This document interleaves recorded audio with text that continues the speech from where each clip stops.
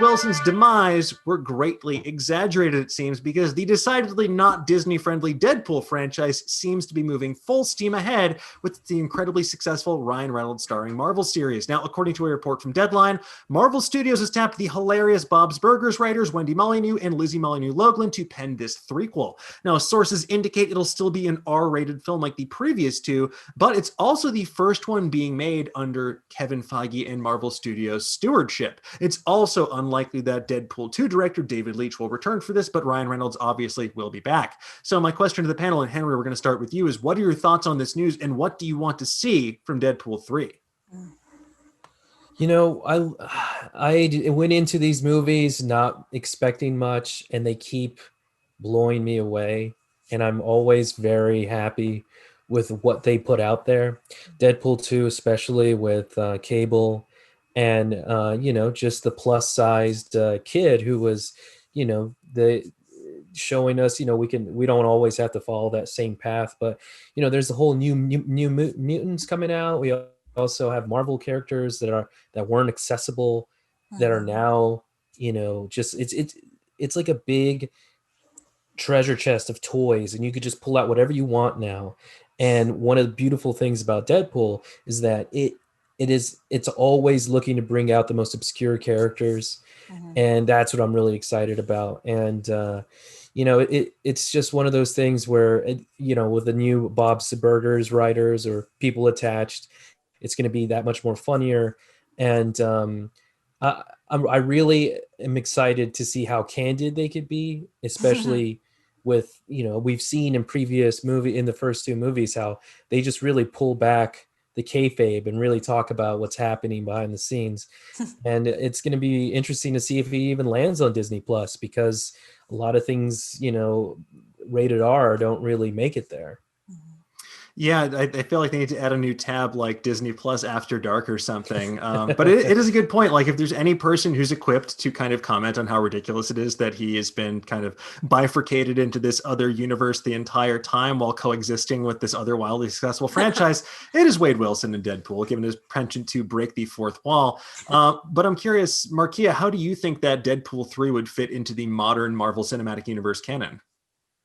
Well, well, because it's Deadpool, they can do so much with this, because not only did they crack open the X-Force can, but they also cracked open time traveling.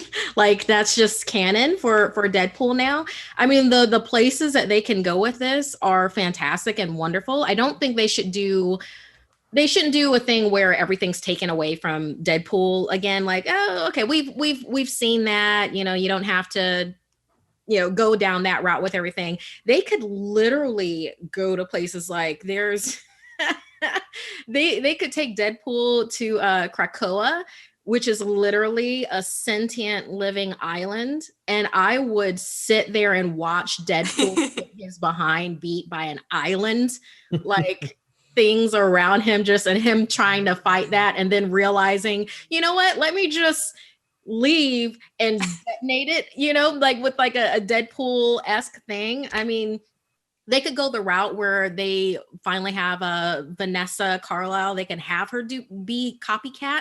Like, there could be something that happened with the time traveling or something in that sense where she could literally become copycat, and that's that's literally a being that can copycat somebody all the way down to their molecular level. They could even do like a hidden thing where she's been that the entire time. There's an amnesia thing. It's Deadpool. I'll buy it. They could, there's so many things. They could bring in Landau Lakeman and I'm sorry, it's Landau Luckman and Lake. They could bring that in. That's like a covert shadow organization that deals with time travel and the such. I mean, it's Deadpool. They can do talking dogs. I'm like, yeah, that's real. That works. Yeah. Literally anything. I would love for them to have a Spider-Man cameo in there, but not Tom Holland's Spider-Man. he's so young looking, and I would be like so uncomfortable seeing that. Keep that precious angel far, far away from Wade Wilson as long as possible. He will just corrupt his young mind.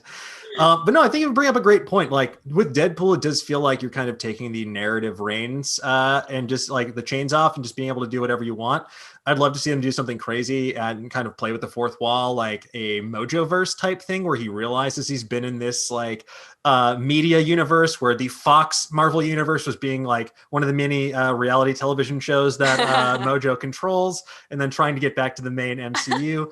I'd even love to see them do something like Animaniacs, where like Deadpool is the Warner Brothers of this universe, where he just like kind of breaks free and runs amok on actual Marvel sets, settles the beef between which Hollywood Chris is the best, all that fun stuff. I do think that the world is their oyster, and I'm very curious what they're going to do with this and how they bring Wade into the Marvel canon. I think the Molyneux sisters are like the perfect people to do this too. They're so funny. Like Bob's Burgers is so funny. They've already confirmed it looks like that Psylocke is going to be in the movie, that Olivia Munn is going to be returning. So that's cool. She's a great character. And they're also, we were talking about video game movies. The Molyneux sisters have also adapted recently The Sims. Oh, wow. Or our parent company, Legendary. For Legendary, yes, indeed. That was news to me. Yeah, so that was very interesting. Don't know how you do that. And I see they have also penned an all-female 21 Jump Street spinoff called 21 Jump Street Now for Her Pleasure. So I feel like they're really like these sisters have done the like adaptation circuit recently, so they're like deeply in it, and they're also hilarious. Like I think they have this sensibility to like take all of those things you guys are talking about and bring it to the screen in a way that is like not only very funny but also like punches up. Which is always the fear with something like Deadpool. It's very easy to punch down, but I think they'll be able to punch up. So it's cool. Yeah, and while I do like Rhett Reese and Paul Wernick, and I thought they did a great job with the first two films, it's going to be nice to get some fresh voices and perspectives in there and make it feel like less of a boys' club from the top down. But I am curious how it's all going to shake out, especially now that you add Kevin Feige and the Marvel Studios team into the mix, because they like to keep a very short leash on any and all of their projects. But only time will tell.